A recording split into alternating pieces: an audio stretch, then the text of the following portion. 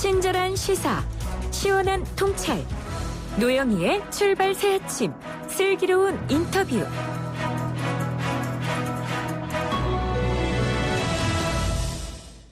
오늘 27일 월요일에는 전두환 전 대통령이 고 조비오 신부에 대해 사자 명예훼손을 했다는 혐의로 광주지방법원에서 재판을 받게 되죠. 그동안에 전두환 전 대통령이 재판에는 출석하지 않고 골프를 치러 다니는 등 개인적인 활동을 즐겼다는 의혹이 제기되면서 상당히 공분을 낳기도 했는데요. 오늘은 조진태 5.18 기념재단 상임이사와 전화 연결해서 전두환 전 대통령 재판에 대한 이야기를 한번 나눠보도록 하겠습니다. 이사님 안녕하세요. 네, 안녕하세요. 네, 2017년에 전두환 전 대통령이 본인의 회고록에서 계엄군의 헬기 사격을 목격했다는 고인이 된 조비오 신부에 대해서 가면 쓴 사탄, 파렴치한 거짓말쟁이 이렇게 썼다가 사자 명예훼손 혐의로 2018년 5월에 기소가 된 상황이죠. 전두환 전 대통령에게 명예훼손을 당한 고 조비오 신부님에 대해서 한번 우리가 먼저 알아보고 그 이후 상황을 좀 논의를 해봐야 될 것 같습니다. 자, 이사님이 아시는 이 고 조비오 신부님은 어떤 분이었나요? 조비오 신부님은 그 신자들에게 또 그분을 아는 분들에게는 그 빈자를 위한 성자, 이렇게 알려져 있기도 하지요. 네. 이를테면 우리 사회 가난하고 소외받는 분들 또 그래서 또 장애를 가진 분들에게 물심양면으로 헌신적으로 그들을 도운 분이었고요. 그리고 80년 5월 당시에는 그 시민 수습위원으로 18일부터 27일 그 광주 현장에서 상황을 수습하기 위해서 발로 뛰면서 현장에 계셨던 분이기도 합니다. 네, 빈자를 위한 성자였다. 시민수습위원으로서 당시에 정말 많은 노력을 하셨다 이런 얘기인데요. 그런 분에 대해서 전두환 전 대통령이 정말 아무렇지도 않게 이렇게 명예를 훼손하는 발언을 한 것이 상당히 마음이 아프셨을 걸로 생각이 듭니다. 어쨌든 오늘 27일에 이제 재판을 받게 되는 이 상황에서 그동안에 쭉 이 상황을 지켜보신 그 한 당사자로서 심경이 어떠세요? 재판이 너무 깁니다. 지금. 그렇죠. 오래되고 있죠. 예, 이 단순하게 고 조비오 신부님에 대한 사자 명예훼손인데요. 이 명예훼손죄를 무려 2년 가까이 1심 판결도 아직 내리지 않은 상태라고 하는 것은 너무 지나치고요.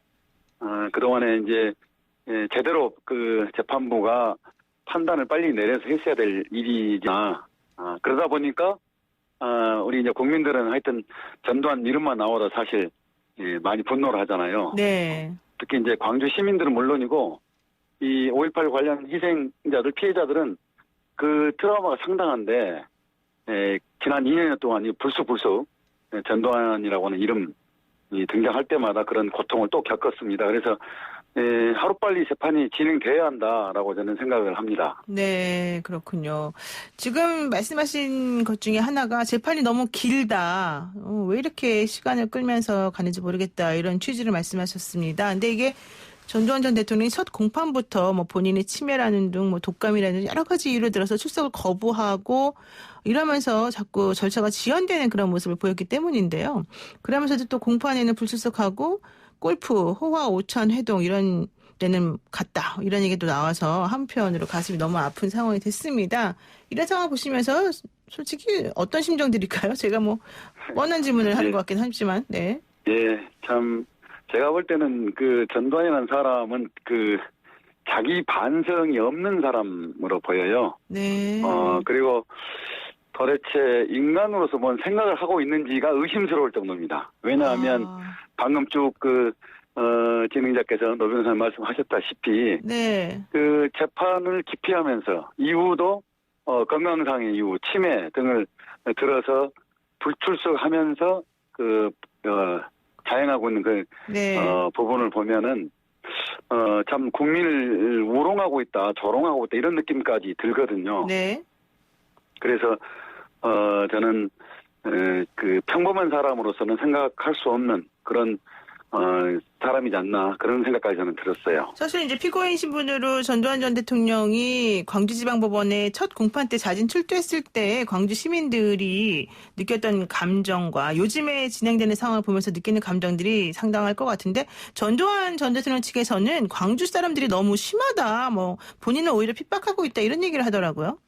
그 어불성설이죠. 사실 광주 시민들은 그 재판에 출석할 전두환 오게 되면은 그야말로 세월이 많이 지났지만 광주 시민들에게 정말 사죄한다라고는 한마디를 네. 듣고 싶었던 거죠. 그러면 광주 시민들도 굉장히 그 여러 가지 민주적으로도 그렇고 성숙해 있기 때문에 그 사죄를 받아들일 이 마음의 자세를 다 가지고 있었거든요. 네. 그래서 그런 상태로 이제 지켜보고 찾아갔었는데 널리 알려져 있다시피 이 우리 전두환 씨의 행태 더 많은 분노를 자아냈잖아요. 네. 이제 그러다 보니까 이제 시민들이 그 현장에서 그야말로 그 분통 또 여러 가지 뭐 2겹, 3겹으로 이미 중복돼 있는 중첩돼 있는 그런 지난 시절 어떤 그 고통이랄까 이런 것이 한꺼번에 이제 분출될 수밖에 없는 그런 상황이 됐던 거죠. 네. 그런데 사실은 저는 법조에 난 사람으로서 또 이 점도 이상하더라고요. 그 광주에서 지금 재판 진행되는 과정 중에 재판장이 갑자기 선거 나간다 그러면서 변경되는 그런 해프닝이 있지 않았습니까? 공판 절차갱신도 필요한 상황이기도 하는데 도대체 이런 일이 왜 벌어지고 있는 겁니까? 그러니까 이제 뭐 그 법을 잘 알지 못하는 사람으로서는 이해하기 힘든 거죠. 사자 명예훼손죄 이거 재판부가 속도를 해서 이제 빨리 진행했으면 하는 그런 이제 바람도 함께 있고요. 한편으로는 그 피고인 측 전두환 측에서 그 불필요한 증인들을 계속 신청하고 있어요. 네. 이미 지난 88년 국회 청문회에 나왔 사람을 다시 증인으로 신청해서 그 내용을 반복해서 말하게 한달지 그리고 얼토당토 않게 그 헬기 기총 사격을 현장에 가서 검증해야 직접 된다. 하자 뭐 이런 제안 뭐 그 요청이랄지 이러다 보니까 이제 재판이 그래서 지체된 부분도 없지 않아 있고요. 그리고 재판부에서 좀 신속하게 이 상황에 맞게 증인 그 신청하는 부분도 좀 일정한 물론 이제 법적 절차를 지켜야 방법 따라서 해야 되겠지만. 되겠지만요. 예, 절차를 지켜야 되겠지만 그런 부분들이 저는 많이 아쉬운 거죠. 그러니까 지금 말씀하신 상황은 사실은 그 재판장이 충분히 소송 지휘권이라고 하는 거를 발동해서 행사하면은 깔끔하게 마무리될 수 있는 부분들인데 제가 듣기로는 근데 지금 말씀하신 거 들어보면은 좀 그러지 않았던 부분이 있는 것 같아요. 그래서 혹시라도 이 재판을 지켜보는 입장에서 좀 그동안 재판이 좀 잘못 진행되었다거나 아니면 공정하지 못했다거나 이런 생각을 갖고 계시는 게 있어요?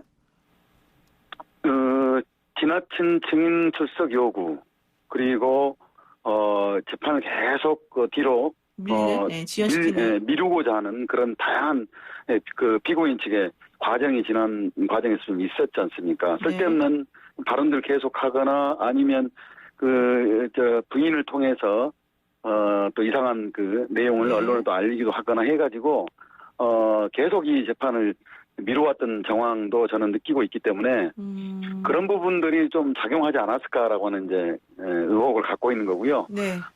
이제 뭐 새로운 재판부가 들어섰고요. 그러니까 이러저러한 그 사정은 아마 잘 아시는 그 재판부라고 봅니다. 그래서 속도가 나지 않을까 그런 기대도 함께 가져봅니다. 사실 뭐 재판부뿐만 아니라 검찰도 좀 적극적으로 임해야 되는데 지금 이 상황은 저도 좀 납득이 안 가는 부분들이 몇 개 있습니다. 자, 그리고 이제 돌이켜 보면은 5.18 광주 민주화 운동을 두고 막말이 끊이지 않았던 20대 국회 그리고 얼마 전 총선 바로 직전까지도 여러 가지 막말 때문에 정말 한 번, 두 번, 세 번 계속해서 피해자들의 가슴을 더 아프게 만드는 상황이 많이 벌어졌었습니다. 뭐 5.18이 북한군이 개입한 폭동이다. 뭐 광주는 제사에 매달리는 도시다. 뭐 이런 여러 가지 막말까지 계속 나오는 상황이었는데요. 이거 어떻게 보셨습니까? 그 막말, 이 전두환 씨 재판하고도 또 연관이 있다고 봤고요. 그렇죠. 그 막말을 생산해냈던 5.18 왜곡 폄훼를 앞장서서 주장했던 지만원 씨의 경우는 이제 경제적 그 처벌을 받았습니다. 징벌을 받았지요. 2차례 걸쳐서 받았고 그래서 좀 잦아들고 있는 양상인데 그러나 이제 말하자면 인터넷을 통해서 유튜브 등을 통해서 지속적으로 확산하고 있는 부분도 있습니다. 이런 과정 속에서 치러진 또 총선이거든요. 이 총선은 우리가 너무 다 잘 알다시피 국회에서 민의전당인 국민의 대표라고 하는 사람이 저지른 그런 망언, 5.18에 대한 왜곡, 폄훼, 늘어났던 사람도 다 국민들 심판하셨잖아요. 네. 그리고 이 흐름은 저는 단순한 그 어떤 총선 결과로만 저는 보지는 않고, 이제 대한민국 사회가 더 나은 민주적 어떤 그 성숙한 사회로 나아가는 그런 과정 속에서 국민들이 단호하게 그 판결을 하신 것이다. 저는 이렇게 진단하고 싶어요. 네. 그 광주시에서 그리고 또 5.18 민주화운동 왜곡하거나 폄훼하면 단죄하겠다 이런 특별법 통과를 지금 촉구하고 있는 걸로 알고 있는데요. 내용이 정확히 어떤 거죠? 그 5.18 민주화운동 특별법이 있습니다. 이 전두환, 노태우 등 그 5.18 학살자들을 재판에 세웠던 법인데요. 그 법을 개정해서 5.18 왜곡, 폄훼, 비방, 또 허위, 날조 이런 부분들을 적극적으로 공개적인 방식으로 표현하는 그 행위에 대해서 처벌하는 조항을 넣자는 겁니다. 그래서 7천만 원 이하, 또 7년 이하의 그 벌을 줘야 된다라고 하는 그런 개정안인데요. 현재 아직 국회가 끝나지 않았으니까요. 20대 국회에서 이철 의원 등 166명의 의원이 지금 공동 발의해 놓은 상태이거든요. 네. 그래서 이게 이제 그동안에 저간에서는 표현의 자유와 충돌하지 않냐라고 하는 그런 이제 그 어떤 문제 제기도 있었지만, 그런 부분까지 다 포괄 해서 법조항을 좀 만든 상태이기 때문에 저는 이 법이 제정되면 개정 과정을 거쳐서 제정이 되면 이 5.18에 대한 폄훼 왜곡, 이것은 상당히 많은 부분에서 예방이 될 것이다. 차단이 될 것이다. 그렇게 보고 싶습니다. 그러니까 현재 있는 그런 뭐 명예훼손이나 이런 걸로는 해결이 안 된다 이렇게 보시는군요. 그렇죠. 저지른 일에 대한 그것도 명예훼손죄라고 하는 것으로 우리가 그 법적 대응을 한다는 건 너무 소극적이고, 네. 또 이 재판이 진행되는 과정에서 무수하게 많은 또 그 동일한 행태들이 또 벌어져 왔기 때문에 네. 사전 예방, 사전 차단이 훨씬 더 중요한 사안이라는 것이죠. 네. 그리고 또 오늘 27일 재판을 앞두고 무릎 꿇은 전두환 동상을 법원 앞에 전시하는 퍼포먼스를 할 예정이라고 들었는데, 이거는 어떤 취지에서 이런 일을 하시는 걸까요? 예, 이제 한 그 예술가가 철창 안에 결박한 전두환을 조형물로 만들어서 광화문에 쭉 그 전시를 해왔죠. 그걸 이제 광주로 옮겨서 재판하는 그 법원 앞에 이제 놓는 건데요. 우선 사람들이 가지고 있는 마음의 표현이겠죠. 그리고 재판이 열릴 그 현장 부근에는 또 시민들 관심이 많아서 많이 오실 텐데, 여전히 광주 시민들은 이 분노한 마음도 있지만은 우리 이제 국민적 혹은 사회적 혹은 정당한 법적 과정을 통해서 심판을 받기를 바라고, 그런 또 그런 마음이 있죠. 한편으로는 우리 마음이 이 정도다. 전두환 당신은 이러이러한 죄에 해당되므로 이러이러한 벌을 받아야 된다.